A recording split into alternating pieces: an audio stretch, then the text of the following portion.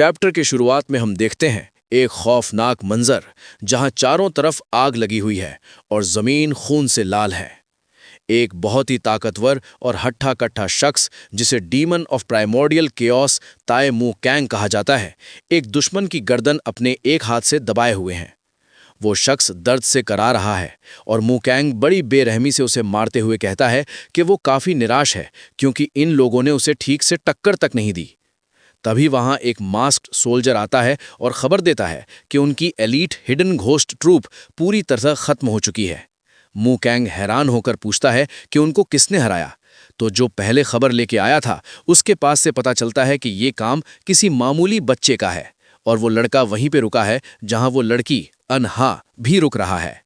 मू कैंग एक डरावनी मुस्कुराहट के साथ कहता है, ओहो, बैंड ऑफ डार्क वुल्फ, चलो अब हम शिकार पर निकलेंगे।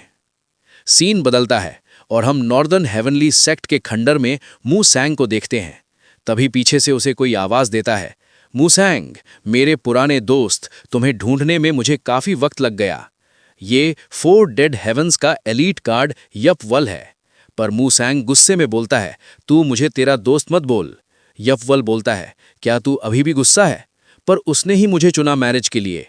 वो अपना बात पूरा कर पाता उतने में मू सैंग गुस्से में चिल्लाते हुए कहता है, अपना गंदा मुंह बंद करो यपवल।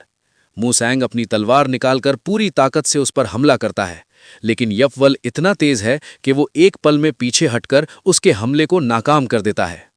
मू सैंग का हमला खाली जाता है और यपवल पलटकर उसके हाथ पर एक गहरा जख्म देता है।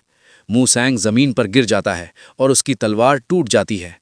यपवल उसे धुतकारते हुए कहता है, माफ करना पुराने दोस्त, पर अब वक्त आ गया है कि तू असलियत का सामना करे। मू सैंग वहां जमीन पर घुटनों के बल बैठकर रोने लगता है। मू सैंग को कुछ पुरानी बात याद आता है कि कैसे उसके साथ जिसका मैरिज होने वाला था वो उसको छोड़कर यपवल के साथ चले जाता है। सीन बदलता है और हम मू वुन को देखते हैं जो अपना भट्टी में कुछ बना रहा होता है। फिर वो खाना लेके अनहा के पास जाता है और उसे एक हेयर पिन गिफ्ट करता है और कहता है, तुम कुछ दिनों में यहां से जाने वाले हो, इसलिए मैं तुम्हें कुछ देना चाहता था। फिर वो दोनों खाना खाने लगते हैं। कुछ देर बाद का सीन देखते हैं जहां अनहा अपने कमरे में है और मू वॉन का दिया हुआ गिफ्ट को देखकर खुश हो रही है। पर तभी सार्युंग एंटर करता है। तभी अनहा जल्दी से उस हेयर पिन को छुपा लेती है।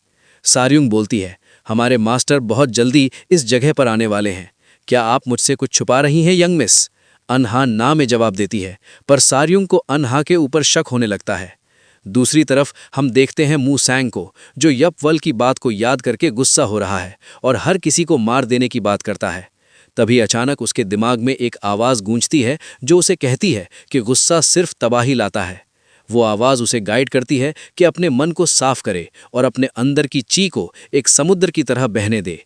मू सैंग को महसूस होता है जैसे किसी ने उसके लिए एक नया दरवाज़ा खोल दिया हो। वो खड़ा होता है और अचानक उसके शरीर से एक हैरत अंगेज पावर निकलती है जो पूरे इलाके को हिलाकर रख देती है। एक बड़ा धमाका होता है और मू सैंग भी ये देखकर दंग रह जाता है कि ये कैसी अजीब ताकत है। मू सैंग खुद हैरान है कि ये रास्ता उसे किसने दिखाया। दूसरी तरफ हम जिन मू वॉन को एक बिल्डिंग के ऊपर में देखते हैं जहां वो अचानक चीखता है और कहता है, लगता है आज के लिए इतना काम काफ़ी है। सूरज ढल रहा है और हर तरफ एक अजीब सी खामोशी है। जिन मू वॉन जैसे ही बाहर निकलता है उसे एक बहुत ही भारी और खतरनाक ची महसूस होती है। उसे लगता है जैसे कोई पहाड़ उसकी तरफ बढ़ रहा हो।